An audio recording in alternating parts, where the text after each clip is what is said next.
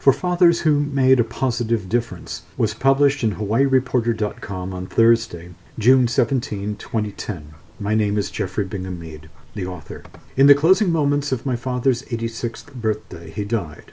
It was a cold February evening in New York's Hudson Valley when he was called home. My sister surrounded Dad at the time of his passing. My younger sister had flown from her home in Paris, and at the moment he expired she called to convey the sad news. Snow flurries started to drift slowly from the darkness after a window was opened. For me in Hawaii, the sunset behind Oahu's Waianae Mountain seemed particularly bright. Dad was gone. His toils are past. His work is done, an epitaph in my ancestral hometown reads, and he is fully blessed, and he fought the fight, the victory won, and he entered into rest. A night of celebration became a night of mourning and reflection. One season ended for him and for us. But we certainly were not alone, and it was not the end of the seasons between my late father and myself. My friend Malia Zimmerman, and publisher of this online news source, reported that her own father passed away not long ago in a hospice here in Hawaii.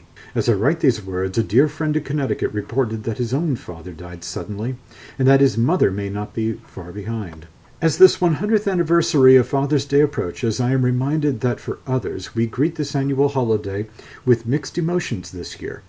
But I am particularly reminded that there is substantial cause for celebration. I only learned recently that Father's Day started a century ago by a daughter of an Arkansas veteran of the Civil War who raised his 6 children on his own after his wife died due to complications in childbirth. Who knew then that William Jack Smart's example and devotion would lead to a holiday now celebrated internationally into the 21st century? J.W. Howe is quoted in Eric Sloane's The Seasons of America's Past as saying, quote, "Blessed is he who takes comfort in seed time and harvest, setting the warfare of life to the hymn of the seasons." A favorite quote from Ecclesiastes mentions, quote, "a time for every purpose," unquote. One of my sisters pointed out to me that our father was in fact a man of the seasons. We come from a region where seasonal changes are sharp and heightened at various times of the year. Dad seemed to prefer telling time by the position of the stars in the evening sky and the direction of the weather vane. He taught me the same in the wide expanse behind our home in Round Hill, and after I received as a gift my first telescope one Christmas morning, I learned to appreciate the wonders of the infinity of the heavens. Sure, my father went to the office 5 days a week, as did so many of his generation. Our family seems to gravitate between business and farming, and though Dad supported his family through business means, I reflect now that he wished for a life more tied to our land and the seasons around us. Quote, "Seasons were timed to the vagaries of weather," writes Sloane. "The appearance of the moon, the peculiarities of growing things, or the rise of an occasion. They were the slow heartbeat of the American countryside. They were the countryman's calendar," unquote. My father was a true, albeit an unpretentious, countryman. This morning I was reading a New York Times report dated November 18, 1945, about the, quote, "grave world crisis," unquote, that was brewing in post-war North China. The region was a hotbed of civil strife. American forces were present to aid in the disarmament and disbanding of Japanese forces. A reinforced company of the U.S. 1st Marine Division on a Leatherneck troop train had come under attack by Chinese Communist forces. For 15 hours, scattered shots were exchanged between the Marines and the Communist forces during the trip from Tianjin, spelled Tientsin in those days. On 2 occasions, the railroad, which was still being guarded by Japanese troops, was blown up in front of the Marine train. The train had hardly stopped when automatic fire erupted. None of the Marines were killed or wounded.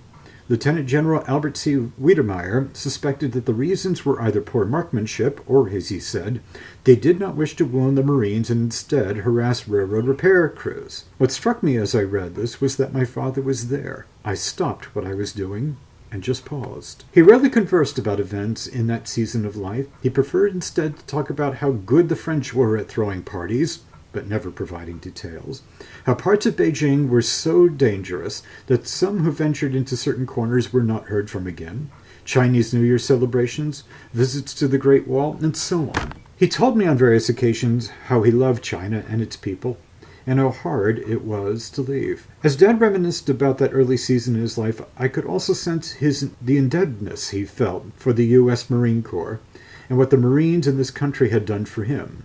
He never expected anything in return. That, quote, "don't ask too much of life," unquote, trait is so distinguishing of the men and women of that season of our history. Dad, like our family, were descendants of resilient and robust New Englanders, where self-reliance, virtue, and gratitude are cornerstones of temperament and disposition. Gunfire and life's ceaseless hurdles never seemed to defeat him, though no doubt such things provided their own brand of stimulation. Whatever pains were suffered was rarely if ever dwelled upon. Small gains were causes for celebration. There were small joys and plenty of them. Each Christmas season, a large blue spruce tree in front of our home was decorated with outdoor Christmas lights, and Dad and I would be out there on ladders in wind or cold, often both, to carry forth this annual tradition. There was lawn cutting, sheep shearings, walking ponies and horses, learning to ice skate on the front pond, harvesting vegetables from the garden, and as my father was a volunteer fireman, being awakened at all hours of the day and night in the form of fire calls to save life and property near and far.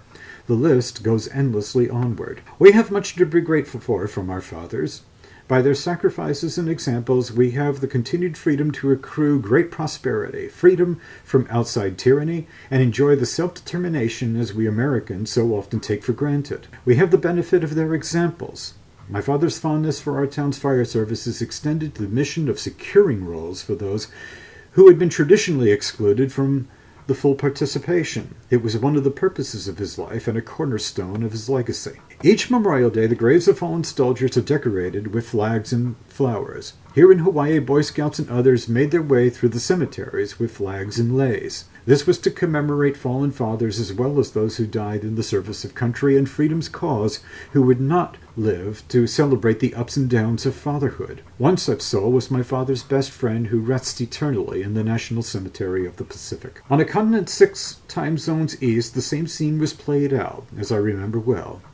Men from towns, large and small, of all backgrounds imaginable, were called to depart the safety of home for battles they did not ask for, but who, out of a sense of duty, were called to sacrifice and endure, and then return home. Their lives and sacrifices are the spirit of the American character. A father just walked by, hand in hand with his young daughter and son, on their way to the public library to return books, and perhaps choose some new ones. At the end of the day, a father near my home in Upper Pearl Ridge was out in the parking lot of the condo community, teaching his son how to ride a bicycle. At a shopping mall, I bore witness to a daughter who asked her father, quote, "Could I have my graduation money early so that I could buy this?" unquote. Dad simply smiled. A younger father with his child in one arms and a folded stroller in another performed a balancing act as they hustled to board the city bus for some unknown destination. One of my fellow deacons at Central Union Church just became a dad 2 years ago, and being greeted by his young son is always a cause for celebration. Those moments in the seasons of fatherhood are reminders that each moment and each purpose holds significance beyond our immediate comprehension. In all these fathers and in my own, I realize that in these snapshots in time, the true meaning of Father's Day is found. In their own quiet and unassuming way, our fathers comprehend what has been consummated. Their legends are recorded in the hearts of those they touch with gestures large and small. Father's Day gives us pause to annually rediscover the magic and integrity the roles dads play and have in our lives. It's not about sales at the shopping malls.